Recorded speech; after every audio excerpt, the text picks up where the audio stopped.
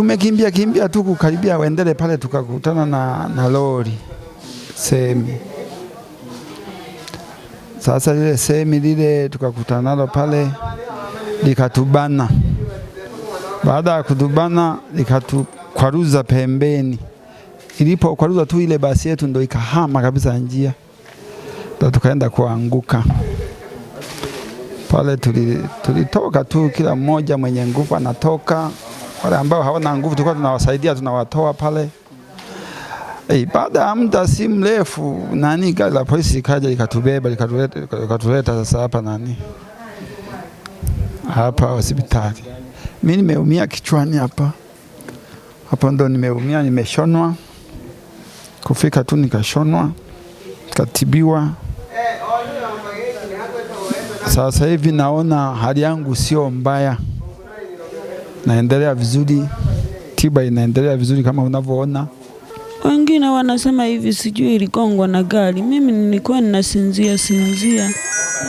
Mimi niliona tu makioo kana sambaa tunaanguka na kuanguka. Tukaanza tu kutoka huko. Mimi nilikuwa na watoto 3 na mume wangu 4.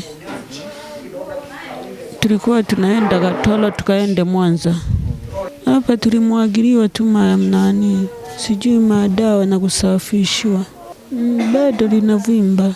Nilipofika maeneo ya Wendele, dereva aliona gari lingine, lori mbele yake, ambalo lilikuwa likitokea Masumbwe kuelekea Kahama, na gari hilo lilikuwa likitembea katikati ya barabara.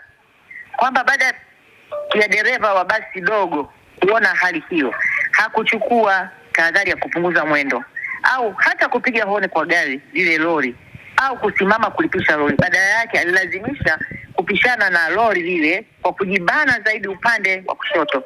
Akalazimika kutoka nje ya lami na kugonga gema upande wa kushoto.